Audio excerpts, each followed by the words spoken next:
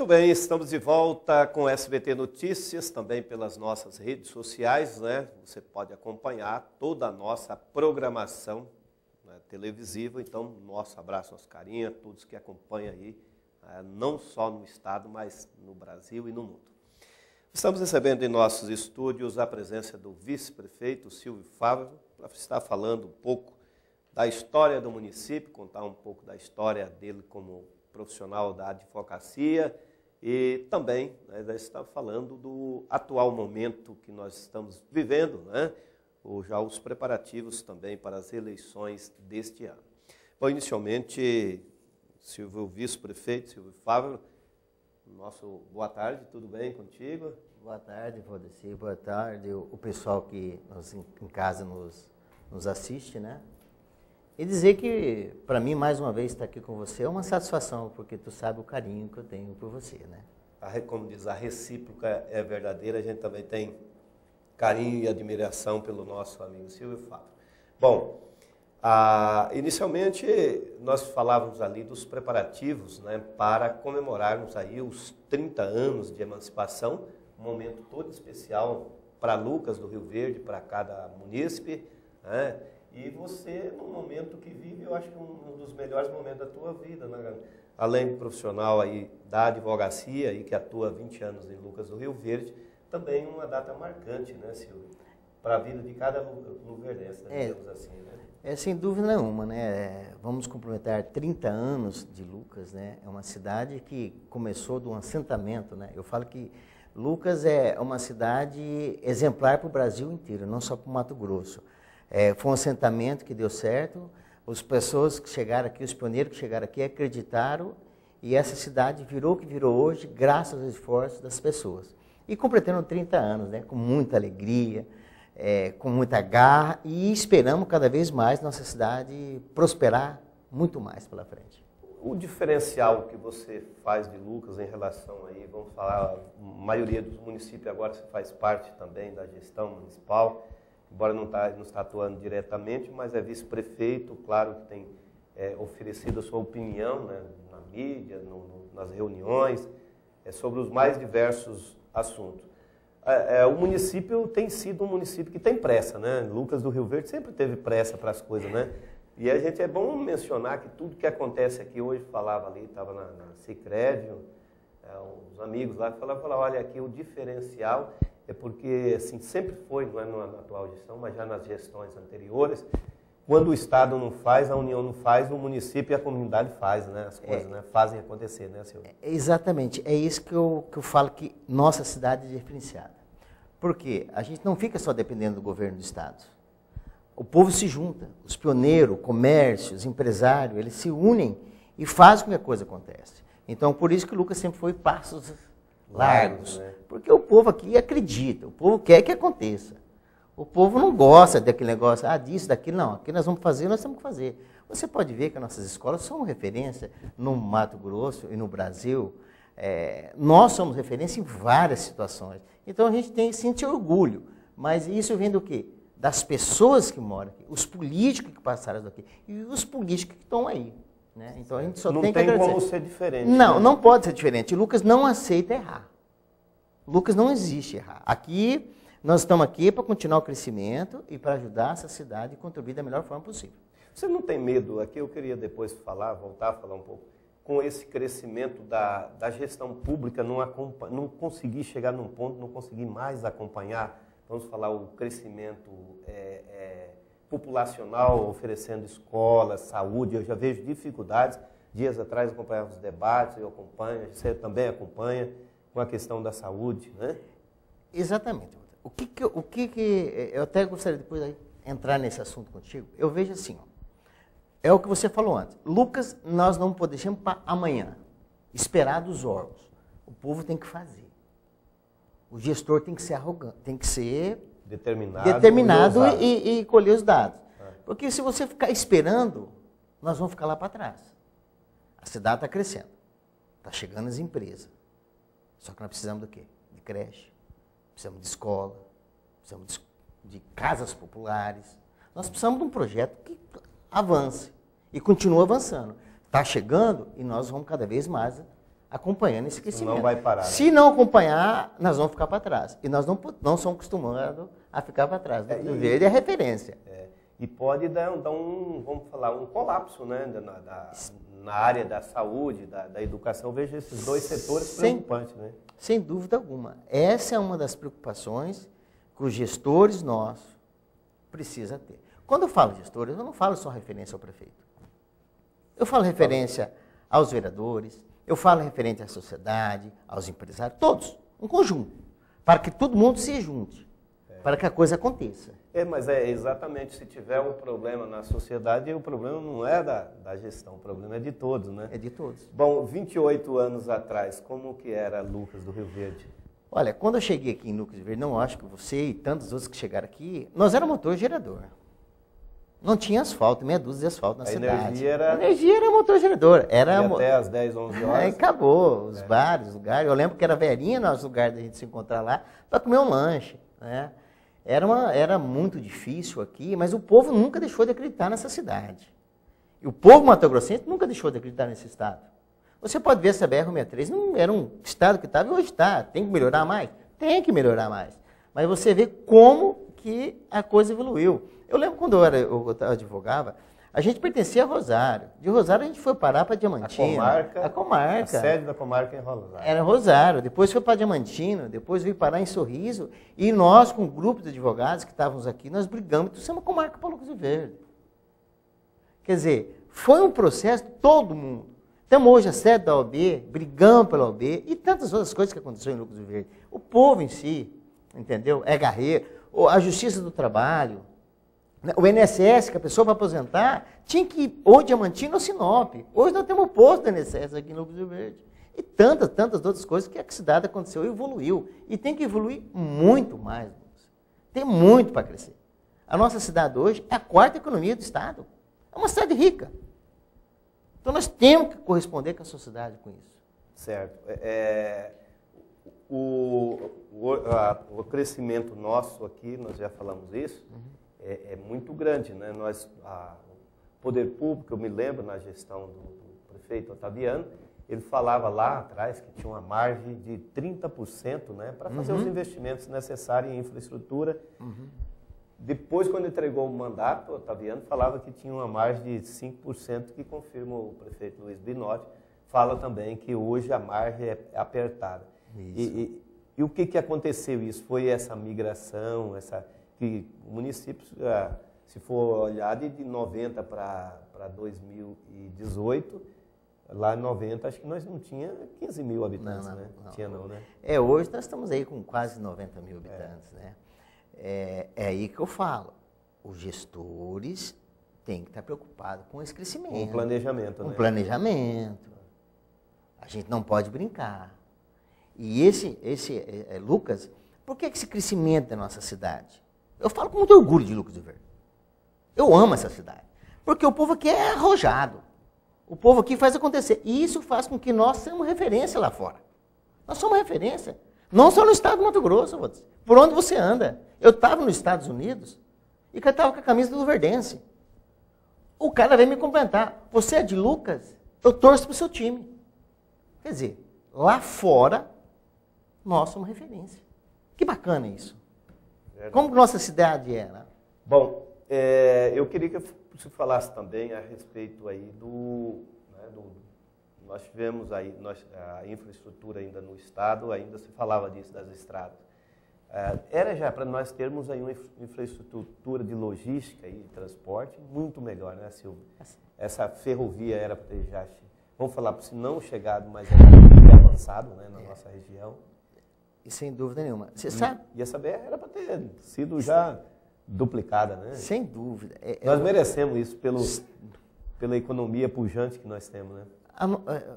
Sem dúvida nenhuma. Você pode ver que Lucas do Rio Verde, não só Lucas, Sorriso, Sinop, nossa região, somos referência na agricultura.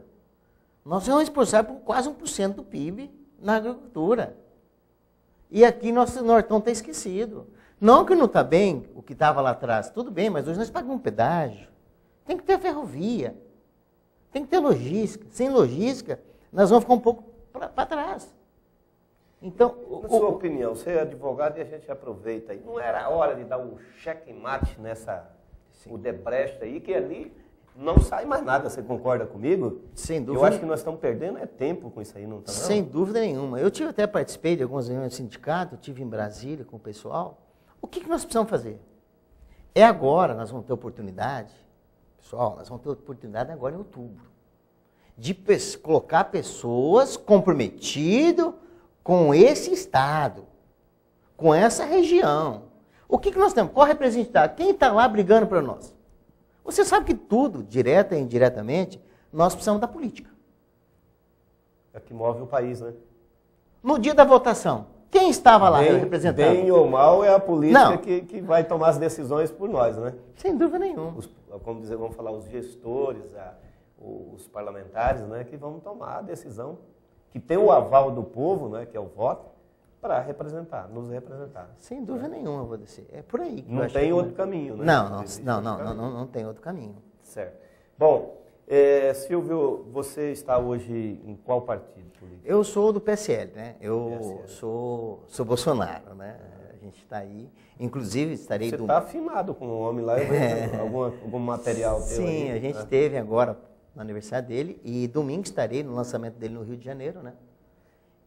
É uma pré-candidatura? É pré-candidatura dele que ele vai lançar no Rio de Janeiro agora. Ou é convenção oficial? Não. É a pré-candidatura, vai apresentar algumas pessoas, vai ser domingo agora lá no Rio de Janeiro, né?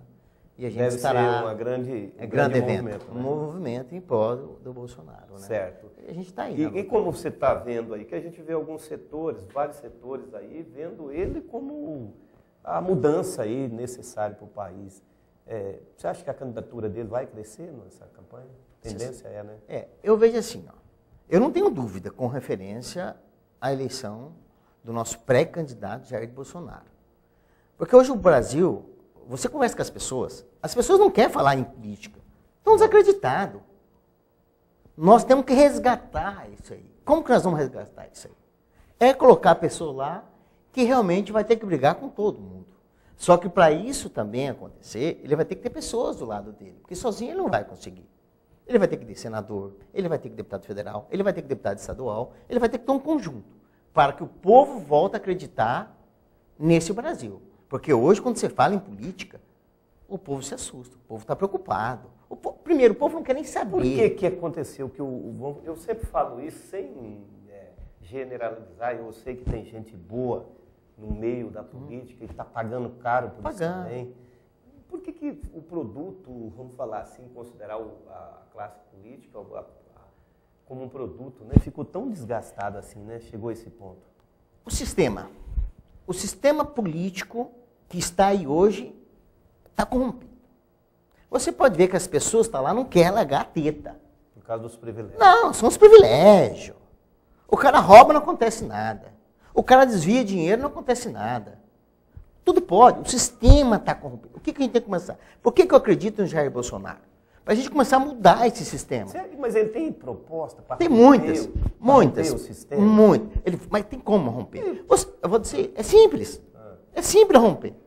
É você tirar as pessoas que estão lá. Tem força para isso? Tem muito. Para você ter uma ideia, há 10 dias atrás, 110 deputados federal declararam apoio a ele. Mas assim, que é isso que eu quero já chegar, Silvio, eu gosto desse bate-papo, porque eu quero saber se chegar lá, olha, tem que cortar, meter o facão, a classe política, os congressistas, começar por eles. A gente está acompanhando essas reportagens, o senador lá tem 60 e pouco assessores, 4, 5 estão trabalhando, prestando serviço, sei lá, e ainda questionável a qualidade.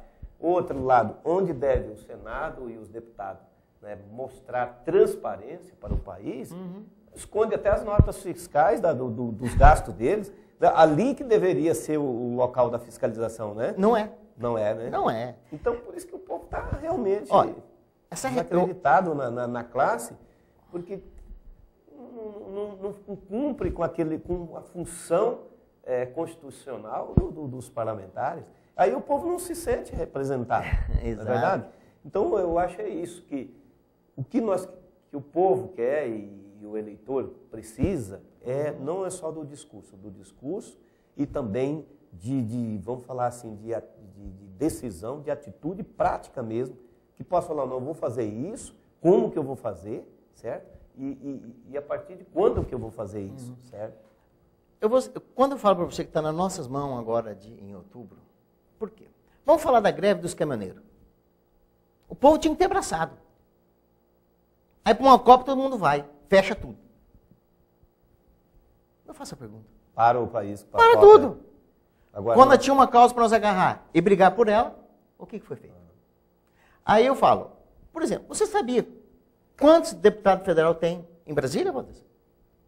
513, né? Você sabe quantas cadeiras tem para sentar lá dentro? 340. O resto que em pé não tem lugar para eles sentarem. Mas criaram, mas não é muito deputado, hein? Não é demais? Tá Acho que aí. tem que reduzir. Para você ver como que está a situação. Outra situação, você vê o presidente da República indicar ministro. Da onde isso?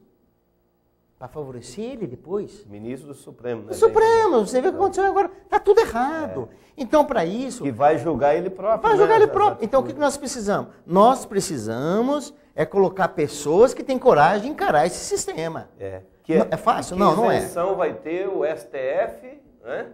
Se ele vai julgar quem indicou ele lá, né? Não tem isenção nenhuma, né? Não tem jeito. A gente fica muito preocupado. O Brasil... Às vezes a gente fica pensando como serão nossos netos. Nossos filhos, o futuro deles. Certo. Se continuar esse sistema que está aí. Viu? Mas nós temos um problema também, eu falo isso, também da nossa base, da nossa mudança de atitude, na nossa própria casa, né? Em casa, começa em casa, na base. A educação. Você não viu, eu sei que você é desportista também, não acompanhou o Neymar lá, que passou tanta vergonha e vergonha para o nosso país, né? Devido ao caicai ali, de simular a falta, né? É um absurdo. E lá não aceita mais isso, os países do primeiro mundo não aceitam mais jeitinho, né? Aqui tem um jeitinho ainda, né, Silvio? Tem que acabar. Na verdade, vou dizer, eu vou ser sincero com você. Nós temos que mexer primeiro na nossa cultura. A gente tudo tem aquele jeitinho. Tem que pegar uma fila, desde estacionar seu carro. Então, acho que tem que acabar esse jeitinho. Essa cultura nossa tem que começar a mudar. Nós temos que dar uma nova esperança para esses jovens, para essas pessoas que estão vindo. E tem que começar por nós. Gostando ou não gostando da política, nós precisamos da política. E nós vamos ter que ser exemplos na política.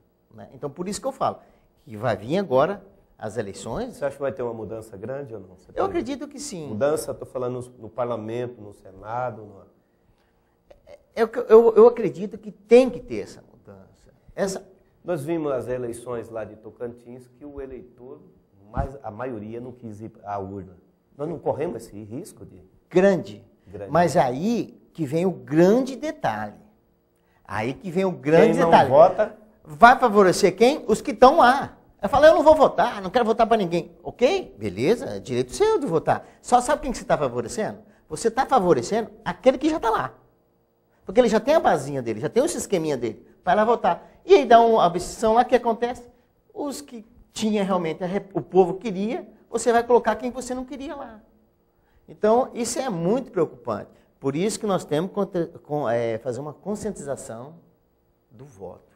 Eu também tenho uma esperança, não sei se você concorda comigo, também das escolas. A família, a mudança vem na família, pensar num país mais coletivo, o bem comum de todos, né? Sem dúvida. Nós temos que mudar essa cultura do individualismo, do egoísmo, né? Do eu, e passar a falar nós, assim como os países, nos Estados Unidos, outros países, né? Que pensa, tem sede de justiça. Sede de justiça, que a coisa aconteça, né? E que possa atender a todos, né? Você sabe que eu estou um pouco preocupado com a nossa cidade. E eu acho que isso aí tem que ir à escola também, fazer uma base, sei lá, uma disciplina da ética, da cooperação, vamos falar da coletividade, nesse sentido, mais ou menos. Você sabe que eu estou um pouco preocupado, principalmente com a nossa situação da nossa cidade. Nós estamos se aproximando das eleições. Tem vários pré-candidatos a deputado estadual, federal, senador. Tem quanto? Tem uns 6, 8? Uns 6, 8. O que vai acontecer de novo? Nós vamos ficar sem representatividade. Nós vendo Sorriso, nós vendo Mutum, todo mundo se organizando para ter candidatura única. E nós vamos continuar de novo, por vaidade, ficar sem ninguém. E você sabe quanto é importante ter um deputado lá. Eu vou falar para você, de coração, eu bato aqui no peito e falo para você. Eu coloquei meu nome à disposição para deputado.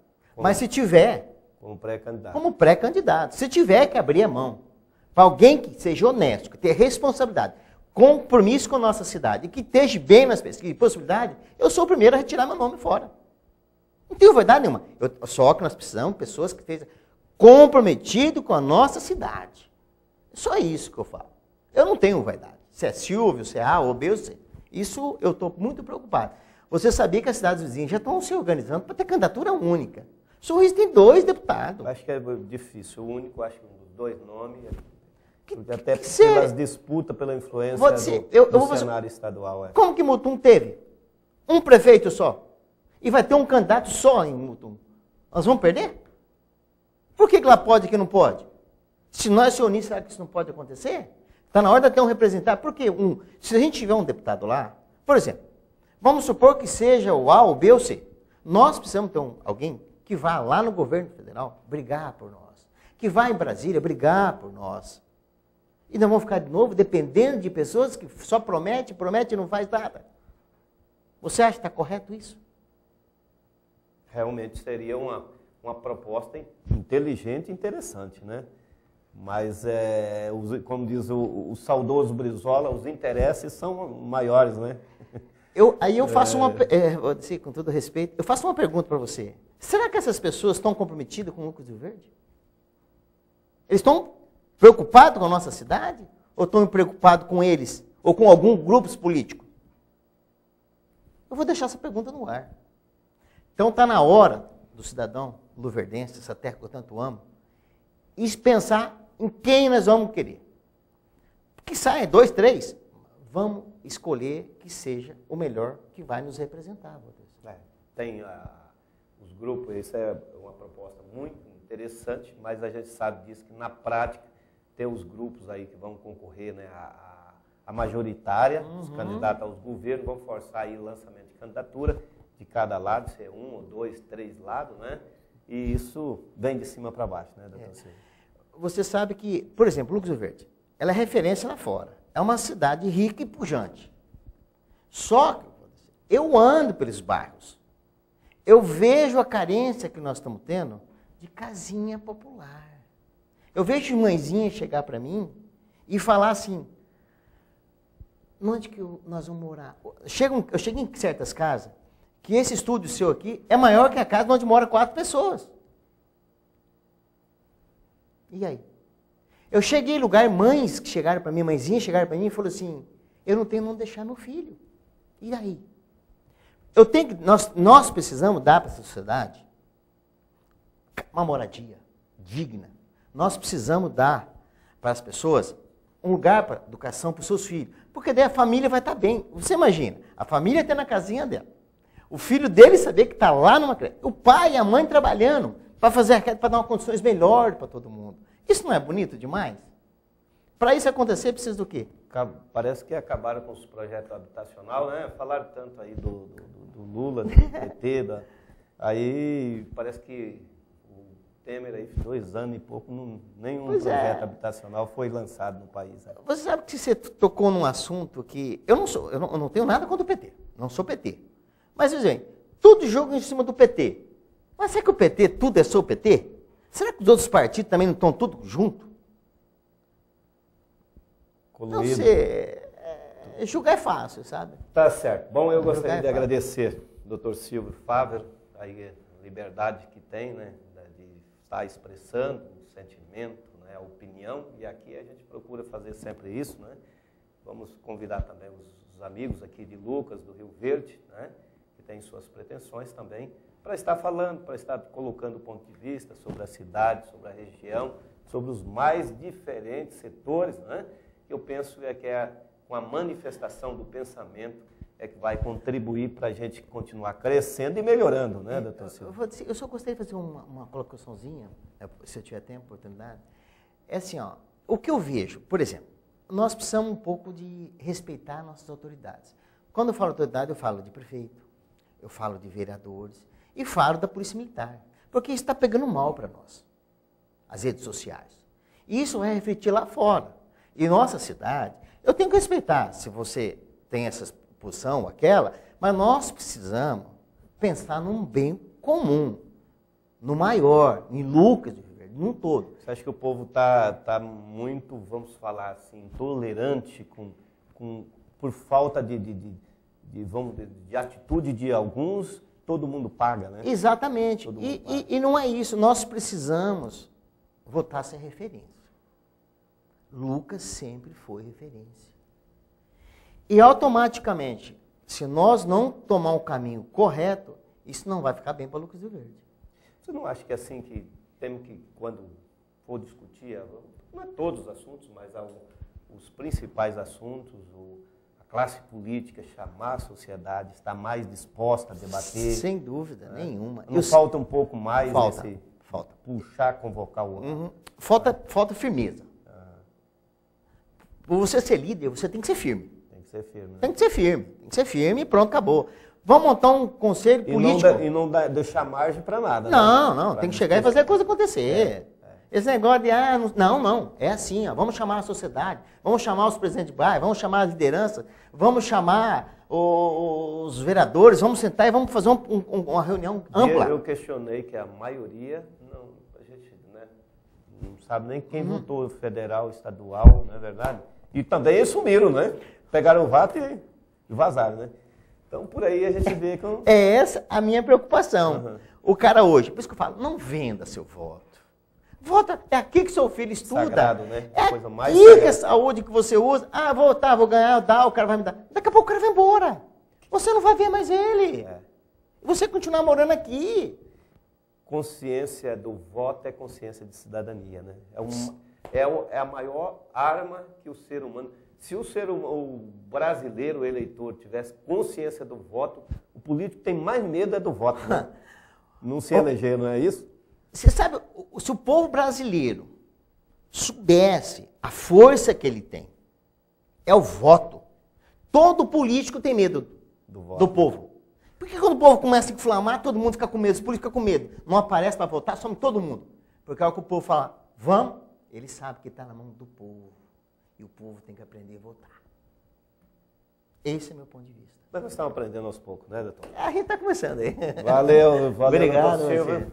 Parabéns aí pelo posicionamento, né? E é assim que a gente vai melhorar, com a manifestação de pensamento, claro, sem atingir, sem agredir, respeitando aquilo que o doutor Silva falou, nossas autoridades, mas também não deixando de colocar seu ponto de vista, sua proposta, de apontar, né, que precisamos cada vez mais. Lucas, é isso, porque realmente teve pessoas que se uniu com o poder público, uniu lideranças para construir e também para desenvolver esse município, não é, doutor Silva? Sem dúvida. Por isso que Lucas está cada vez mais crescendo, a cidade realmente é acolhedora, é a cidade de oportunidades nos mais diversos setores, né, da comercial e empresarial. Então vamos em frente, pensando positivo, e aí, claro, junto com o poder público, para que possamos, né, construir dias melhores para a população.